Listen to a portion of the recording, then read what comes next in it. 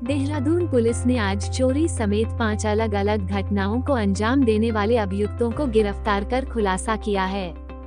वरिष्ठ पुलिस अधीक्षक द्वारा बताया गया कि चोरी की घटना में 5 अभियुक्तों को गिरफ्तार किया गया है, जबकि चेन स्नैचिंग मामले में 4 लोगों को पकड़ा गया है। उन्होंने बताया कि इन सभी अभियुक्तों में से ज्यादातर अभियुक्त आपराधिक छवि वाले रहे हैं। उन्होंने कहा कि इन सभी से चोरी किया गया सामान पूरा रिकवर कर लिया है। साथ ही कहा कि जिन पुलिस टीमों के द्वारा इन चोरों को पकड़ा गया है, उनको 5-5 हजार इनाम के तौर पर दिया जाएगा। रिपोर्ट मोनू राजपूत, देहरादून। आज हम 5 चोरी, नकबजनी, चैन स्नैचिंग की घटनाओं का अनावरण कर रहे हैं। पटेल नगर में 8 अगस्त को एक चोरी हुई थी और उसमें मेहवाला में चोरी हुई थी। इसमें 4.5 लाख के लगभग का सामान गया था। इसमें 3 मुलजिम और एक नाबालिग मुलजिम को हमने पकड़ करके घटना का अनावरण किया। इसी प्रकार से कोतवाली सिटी देहरादून, यहाँ पर एक मोबाइल फ़ोन चोरी हुई थी, लगभग 1.25 लाख का था ये। इसमें मुलजिम को पकड़ लिया गया है और माल भी बरामद हो गया। 100% रिकवरी है दोनों मामलों में। उसी प्रकार से रिस्केस में 2 चैन स्नैचिंग की घटनाएं घटित हुई थी, 22 जुलाई को और 23 जुलाई को। दोनों मामलों को वर्कआउट कर लिया गया है और इसमें 8,000 रुपया और एक चैन की बरामदगी हुई है। ये जो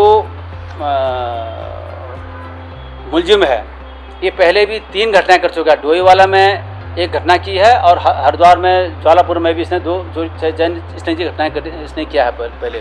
तो इसका आपराधिक इतिहास ऑलरेडी है।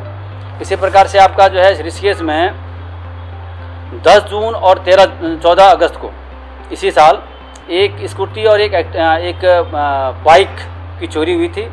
उसको हमने रिकवर कर लिया है। इसमें 3 मुलजिम हैं, तीनों मुलजिमों को हमने अरेस्ट कर लिया है। 4 मुलजिम हैं, एक उनका अरेस्टिंग हो गया है।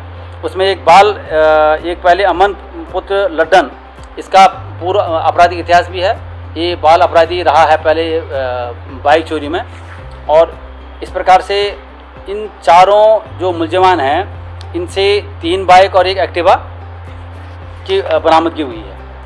इन सभी टीमों को, जो हमारे टीम के मेंबरान हैं, जो अलग अलग चोरी किए, प्रत्येक चोरी के हिसाब से इनको 5-5 हजार रुपये के इनाम की घोषणा करता हूँ। उत्तराखंड में पशुओं में पैर पसार रही लंपी बीमारी की रोकथाम के लिए पशुपालन मंत्री सौरभ बहुगुणा ने बैठक ली। हरिद्वार में 35 पशुओं की मौत से हड़कंप मचा हुआ है। हरिद्वार जिले में 1,000 पशुओं में लंपी बीमारी फैल चुकी है। मंत्री ने 30,000 वैक्सीन मंगाने के भी निर्देश दिए हैं। मंत्री ने सभी जिलों के सीवीओ से वीडियो कॉन्फ्रेंसिंग कर जानकारी ली है।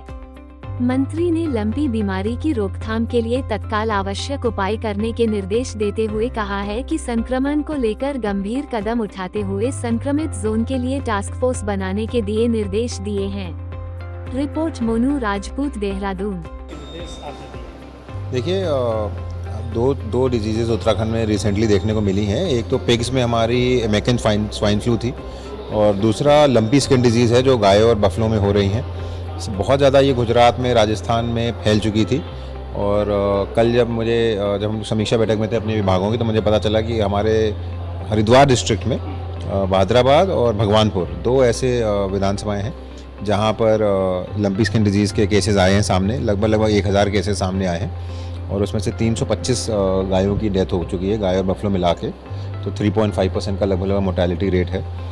उसी के ऊपर एक समीक्षा बैठक करी गई थी, क्योंकि बहुत ख़तरनाक डिजीज़ है और हम नहीं चाहते कि पूरे उत्तराखंड में फैले, जिस तरीके से गुजरात और दूसरे स्टेटों में फैली है। इससे इफेक्ट भी बहुत ज़्यादा हो रहा है कि जो हमारी एनिमल्स हैं उनका मिल्क प्रोडक्शन कम हो जा रहा है, उनकी इम्यूनिटी कम हो जा रही है और उनकी लाइफ स्पैन कम हो जा रही है।